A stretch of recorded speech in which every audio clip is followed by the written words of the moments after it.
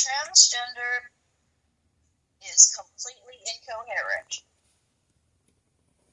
Because it doesn't seem to make up its mind whether or not gender identity is real or imposed from the outside. It switches back and forth as convenient, right? If what makes me a woman is how society sees me as a woman, then all I would need is to be legally defined as a woman. I don't need anything else, right? If gender identity is inherent to my body, then if my mind tells me that I'm a different gender, then you treat my mind. You don't treat my body. If gender identity is whatever I believe it is, then why are you making everybody else follow along with what I think I am, right? In the old days, people who thought they were somebody else got treated for mental illness. They were not encouraged to indulge in their delusions, because they were encouraged instead to reconnect to reality.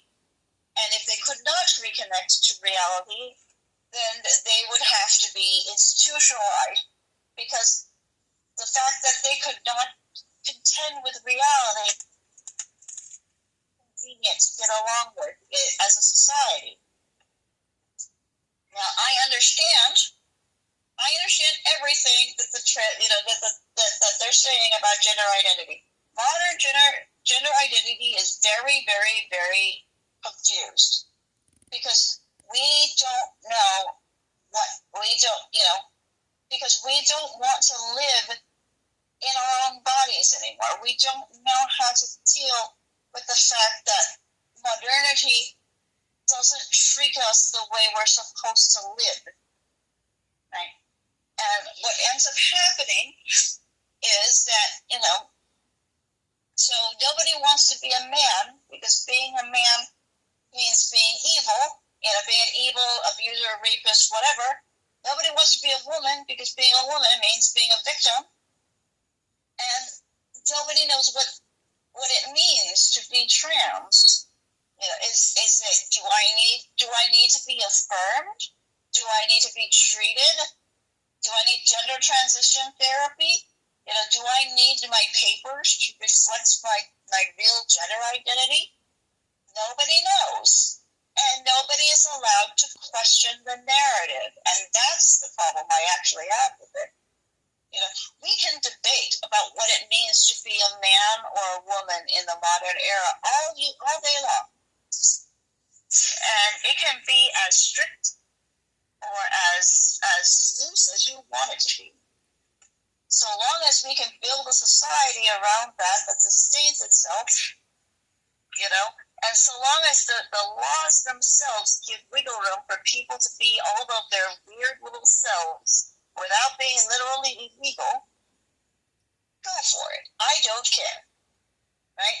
What I have a problem with is this imposition, inherent definition of reality onto everybody, but especially the children, right? The children who are being convinced that which is something I, as a second wave feminist, find very, very ironic, because when I was growing up, everything that I was being taught was it's okay to be a girl that likes non-girly things. It's okay to like climbing trees and playing ball and running around and getting dirty. Right? It's okay for a guy to like girly things. It's okay for a guy to like dancing and painting and ballet.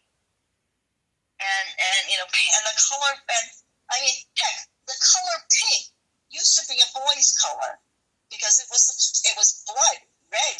Red is the color of blood, so of course boys wore pink. And then blue was the color of females, because blue is associated with the Virgin Mary.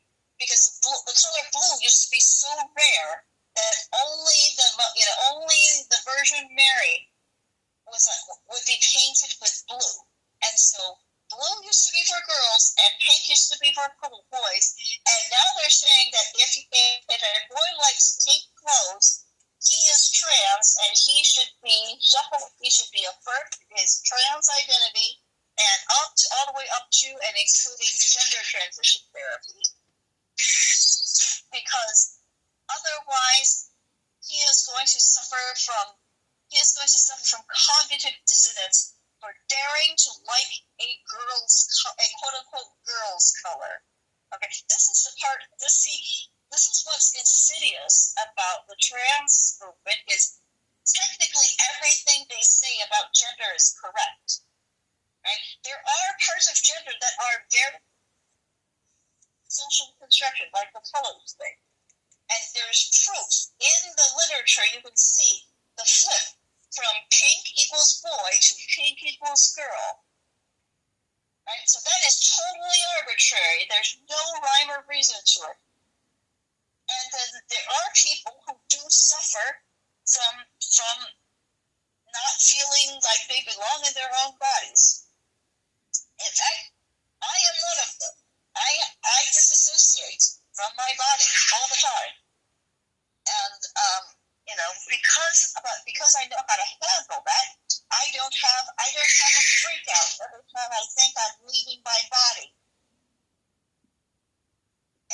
But ultimately, on some level, none of us belong in this world. We were not made to live in this world in a certain sense. We are all souls with bodies. Or bodies with souls, however you want to think about it. So of course we're not going to feel at home in our own skin. We yearn for something that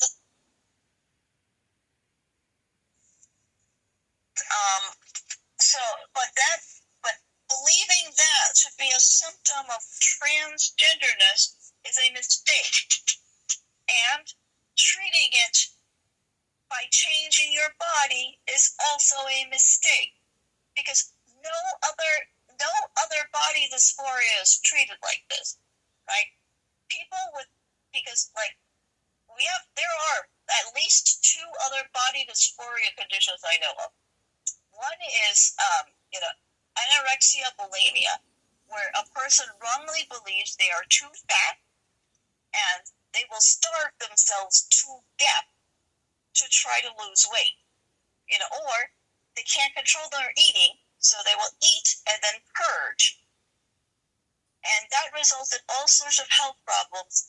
And you do not solve somebody's anemia or bulimia by giving them weight reduction surgery. No, you treat their mind, you treat their psyche, you help them come to the understanding that they are not too fat, that they have to accept their body for what it is, and that there's a way to maintain healthy body fat percentage without starvation and without throwing up. Right? The other one that I know of is called alien limb syndrome. That's when you are convinced that part of your body is not yours. In fact, it was taken over or secretly replaced by an alien, by something that's not yours, and it's going to kill you. Okay? So people who have alien limb syndrome will literally hurt themselves, thinking that they are protecting themselves against the alien limb. Now, in the worst case scenario of alien limb syndrome, people will undergo surgery. People will undergo surgery to have the quote-unquote alien limb removed.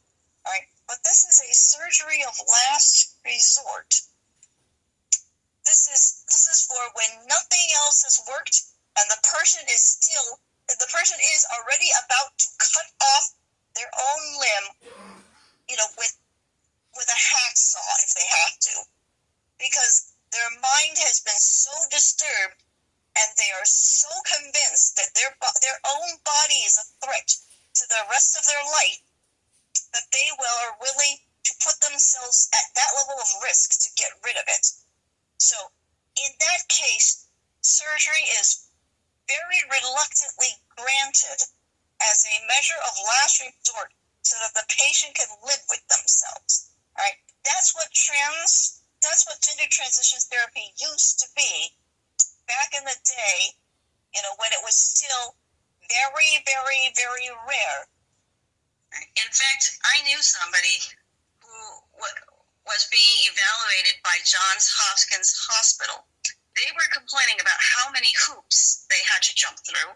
That is, how many different evaluations they had to undergo in order to qualify for gender transition therapy. Because what gender transition therapy does is, effectively, permanently sterilize you. So Johns Hopkins Hospital has an ethical obligation to make sure that such a drastic measure is truly necessary, and that starts with evaluating whether or not you actually have gender dysphoria and whether or not you can be treated in any way other than gender transition therapy. Because again, what that does is permanently sterilize people.